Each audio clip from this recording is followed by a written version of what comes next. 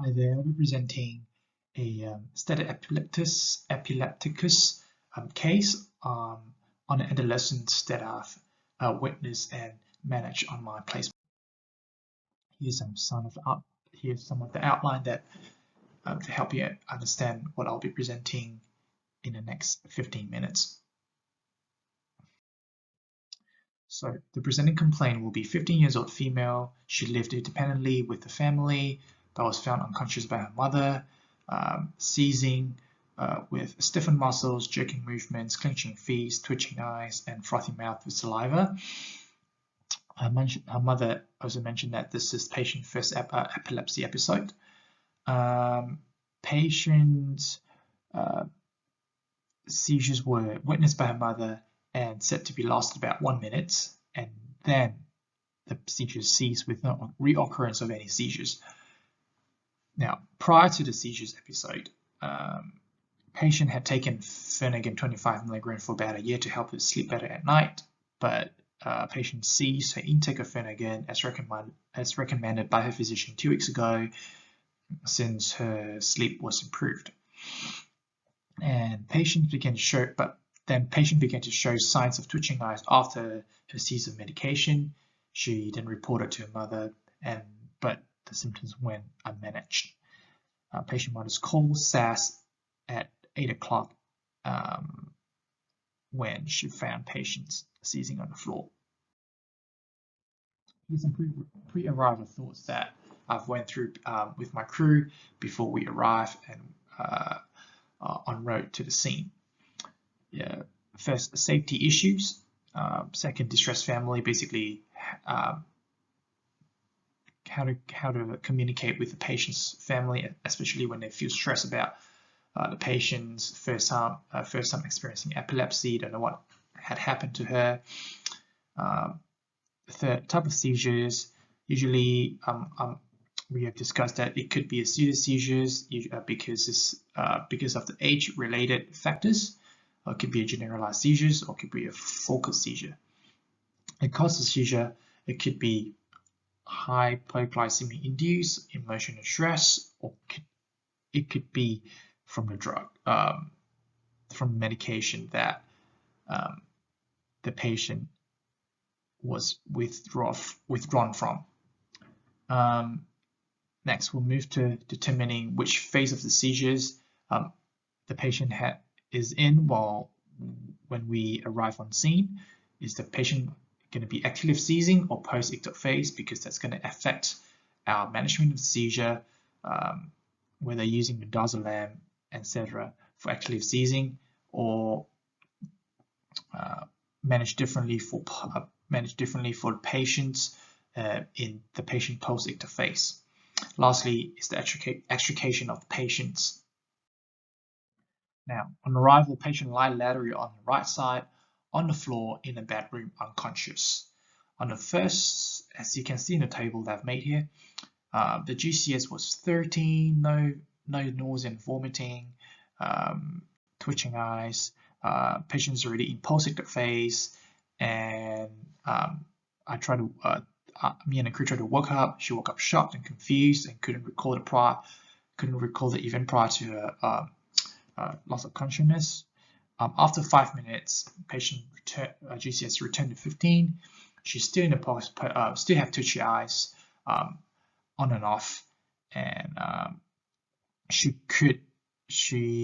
still kind of she can recall the event prior to her loss. She couldn't recall event prior to her loss of consciousness, but she was feeling better. Even she's still feeling a bit shocked and confused, but she was able to remember the date, where we're going, etc. Reps rate, as mentioned, it was 28 and came down to 14. On chest auscultations, the bilateral chests were clear, left equal right. There was no patient was afebrile. Patient was breathing normally without any excessive use of muscles on room air. On CVS, cardiovascular wise, Patient heart rate was initially 124, dropped down to 110 after 5 minutes into our care. Blood pressure was elevated in the beginning and then returned to normal as the SATs were 96 on room air and has been staying the same. And now the BGL, was another first thing that we do to make sure it is not a hypoglycemic induced a seizure. BGL of the patient seems normal within the range at 5.3 patient is warm, pink, and dry to touch the whole time. Kept refit is less than 2 seconds the whole time.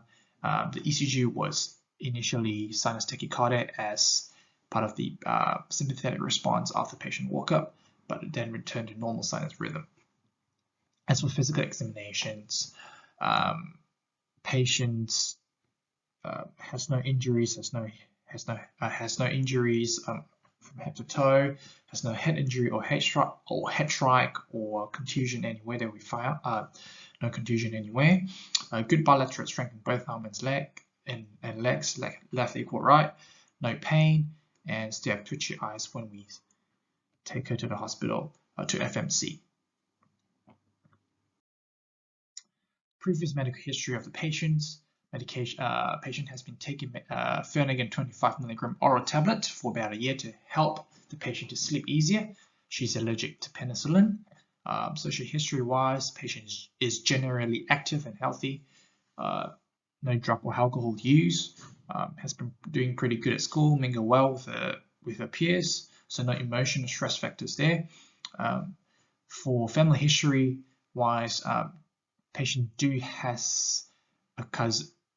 Patient does has a cousin who has an epileptic history in the family. Now, just a brief overview of the medication that the patient takes. It's Phenergan. Chemical name is promethazine hydrochloride. The dose for the patient, recommended dose was the adult dose because patient is 15 years old. 25 mg oral tablet as a single dose at night by the physician. Now, the therapeutic indication for this, for the use of Phenergan in this case for the patient is sedation to help us sleep. The pharmacodynamic of promethazine that it is a long-acting antihistamine with mild anticholinergic effects and anti-serotonin effects that suppresses neuroactivity through the suppression of the action of the acetylcholine, basically suppressing neuroactivity to make neuron less excited to help patient sleep, to create a sedative effect to help patient rest well. Pharmacokinetic-wise, the drugs get absorbed and reach a peak plasma concentration after 2 to 3 hours of administration, usually through oral tablet in this case. The distribution will be diffusion across the blood-brain barrier and placenta.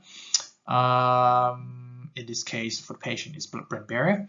And metabolism for the drug will be metabolized by the liver and turned into promethazine sulfoxide and later to N-dysmethylpromethazine. Now, the excretion or the elimination of promethazine in patients is usually through urine or bowel, and the drug will usually reach half-life post 5 to 14 hours of administration. Some of the contraindication will be hypersensitivity to the similar chemical structure of the drug, prolonged QT interval, enhanced effects of alcohol if the patient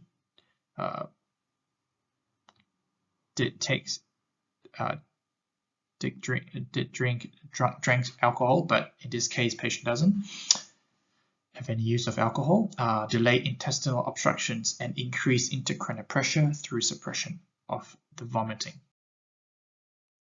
Now, patient has no comorbid condition that could impact her presentations, assessment, or management, but patient medication could have potentially induced patient first episode of epilepsy as Finnegan's side effect, as I mentioned, but it's unconfirmed. And evidence is weak in the sense that when we take a patient, when we were gathering patient history, patient condition was regarded as moderate risk with a few abnormal presentation according to the SARS clinical and history risks for deterioration criteria. In this case, will be the red box, where patient had new or unexpected behaviors or alteration in form of normal conscious state, a first epilepsy with first loss of consciousness, and first expected or first time generalized seizures, which these two categories that put patient with abnormal presentation at moderate risk, that requires the paramedic to consider clinical support or initiate the treatment and transport to the hospital as soon as possible. Now, the provisional diagnosis for the patient will be ongoing static epilepsy query that occurs regularly in the early hours of the morning and followed by the patient waking up in post-ictal phase that has been unresolved or unmanaged. Now, the pathophysiology for the patient's condition or clinical presentation is largely to do with the GABA disinhibition, or we call it withdrawal syndrome of GABA. Now, the first step will be the withdrawal of anticholinergic from the that is because first patient is withdrawn from her Finnegan, which is an anticholinergic agonist that cause withdrawal of anticholinergic in the patients. Therefore, the increase in GABA disinhibition and increase the acetylcholine activity that causes the influx of calcium ions, then the influx of sodium ion through the gated channel, and then causing the paroxysmal depolarizing shift that actually cause neuron hyperexcitability that make the neuron to a group of neuron at a location to fire rapidly and constantly, that actually caused epilepsy in the patients since the neuron has no time to rest. Now, and then followed by the opposite mechanism where the influx of potassium ions that lead to hyperpolarization of the neuron action and lead the patients and cause the patient to go into post-ictal phase. Now, the strategy to acquire the patient history that I've used or implemented in this case is the first part is called the paramedic process. First, as I've explained before, pre-arrival consideration. Basically, we describe basically we consider any initial description of the nature of the patients and prepare myself to avoid any biased assumption and allow myself to search for more clues while me and my crew arrive on scene. Secondly, when we arrive on scene, we'll do a scene assessment, evaluate the socioeconomic, the hygiene, the environmental hazard that could pose risk to patient or to us paramedic. And thirdly, the first impressions where the patient location, patient posture, level of response to determine if the patient is sick or not sick.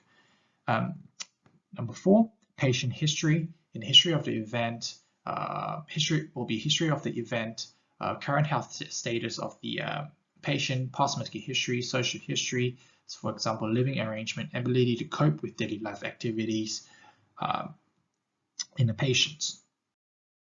Now, the second part will be more focused on gathering patient history, where it requires interpersonal skills. First of all, I interact with the patient parents to gain patient history as patient was unconscious, and her parents, which is a mother, is the patient primary carer and witnessed epilepsy firsthand.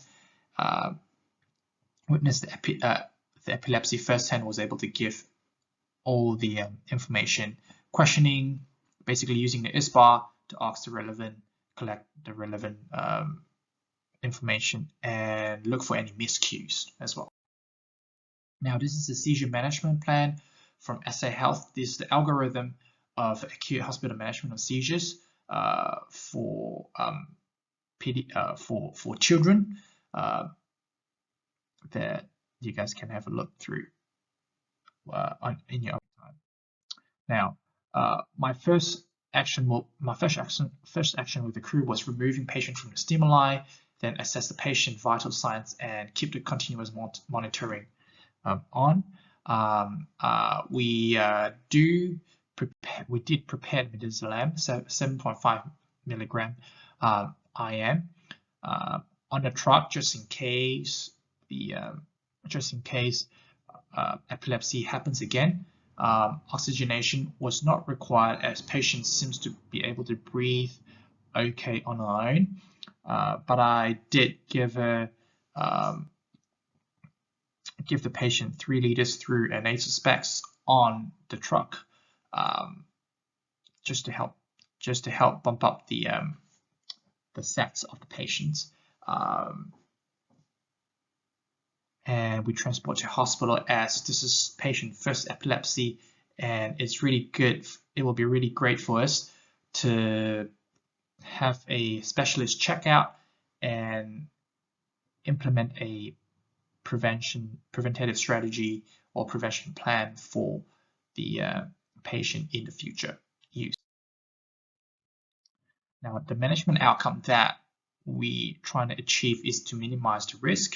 So first, the crew has done what me and the crew has gone through: risk identification, risk assessment, risk treatment, which is transfer the patient to a definitive care, implementation of all these all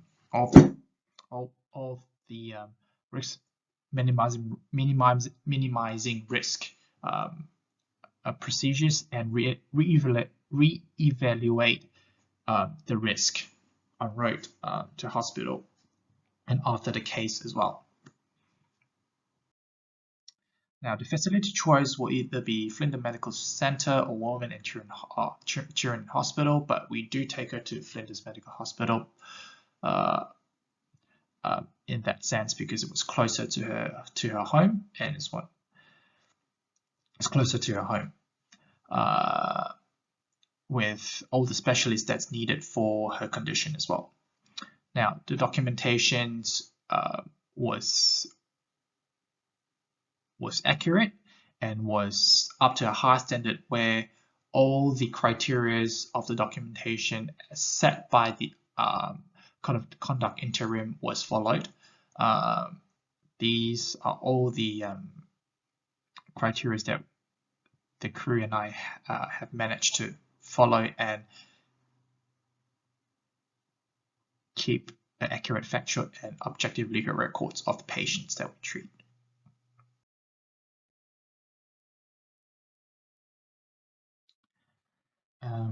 Sorry about that. I forgot to mention that I have the references in the end as well. This is my references. These are my references.